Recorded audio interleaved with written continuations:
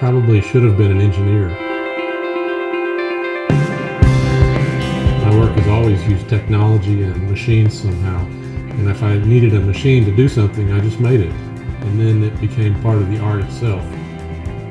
One of these machines I made is a digital slit scan camera.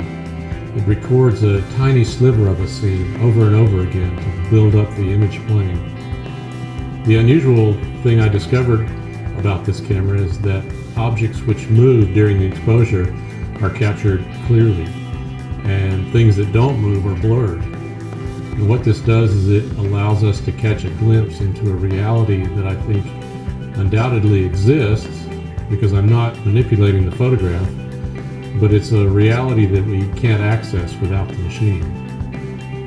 My camera is like a telescope or a microscope.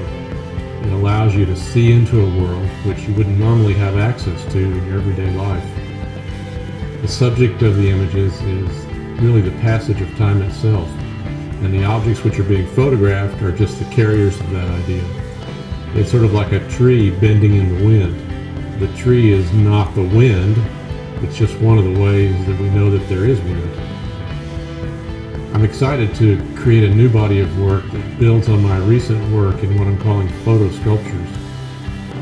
In my prototypes, I've created three-dimensional images by drilling millions of tiny holes into acrylic with a computer-controlled drill, and then I fill the holes with colored pigment.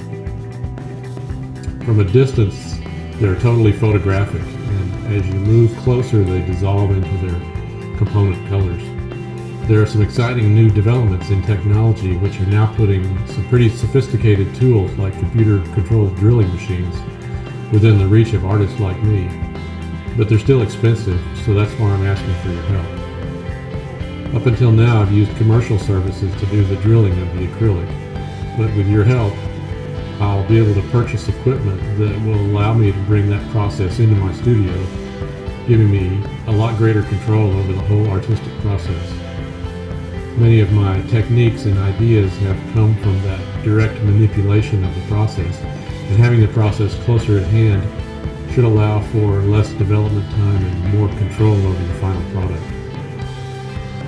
There's a lot more detailed information below, and if you want to see some of my other images, please go to my website, ansenseale.com. Thank you very much for your interest and your help. Together, I hope we can do something really exciting.